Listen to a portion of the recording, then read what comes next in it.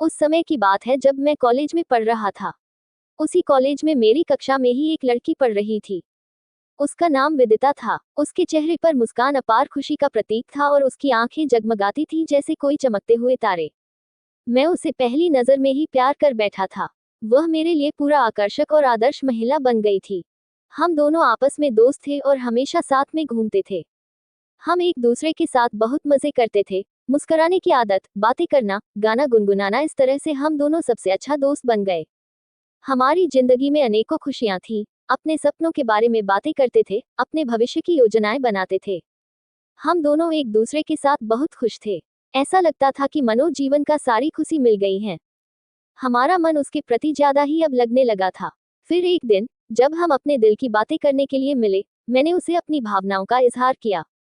मैंने अपनी सारी बात उसको बताई कि मेरा दिल अब तुमसे प्यार करने लगा है और मैं चाहता था हूं कि हमेशा के लिए तुम्हारे साथ रहूं। लेकिन वह इस बात को इग्नोर कर गई। वह मेरे प्यार का साथ नहीं दे सकती थी। विदिता ने मुझे संयम और धैर्य के साथ समझाया कि वह पहले से ही किसी और के साथ रिश्ते में है। मेरे लिए यह एक बहु बड़ा झटका था, जो मेरे दिल को तोड़ कर रख दिया।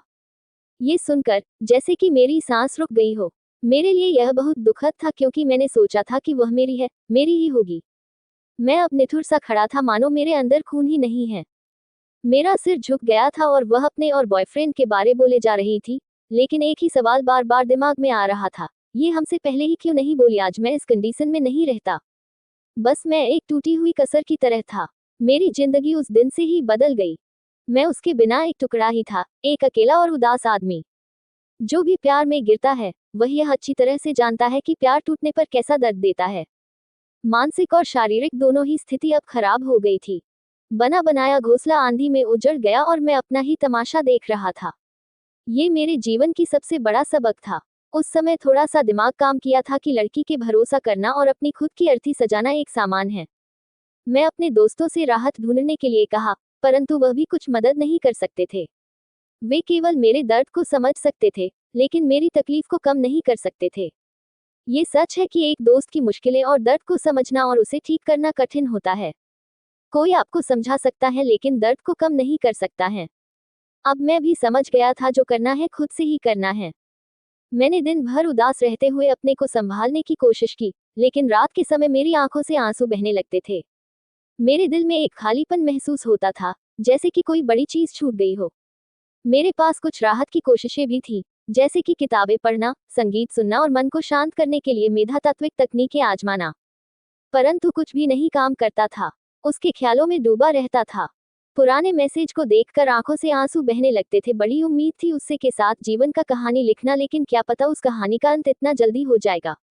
रात के समय अक्सर बातें करने लगा रहता था। अब फोन भी उदास दिखाई दे रहा था, मानो ये सोच रहा है कि क्या हो गया, उस प्यार के आवाज को अब सुनाई नहीं दे रहा है।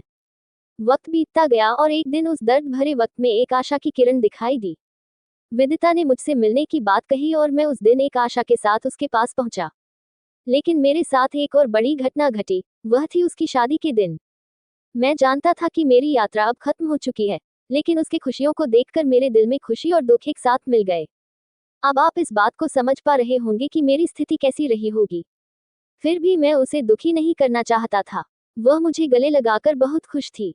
विदिता ने कहा कि वह मुझे कभी भूल नहीं सकती और हमेशा मेरे दिल में रहेगी। मैंने उसे धन्यवाद कहा और उसे खुश रखने की कामना की।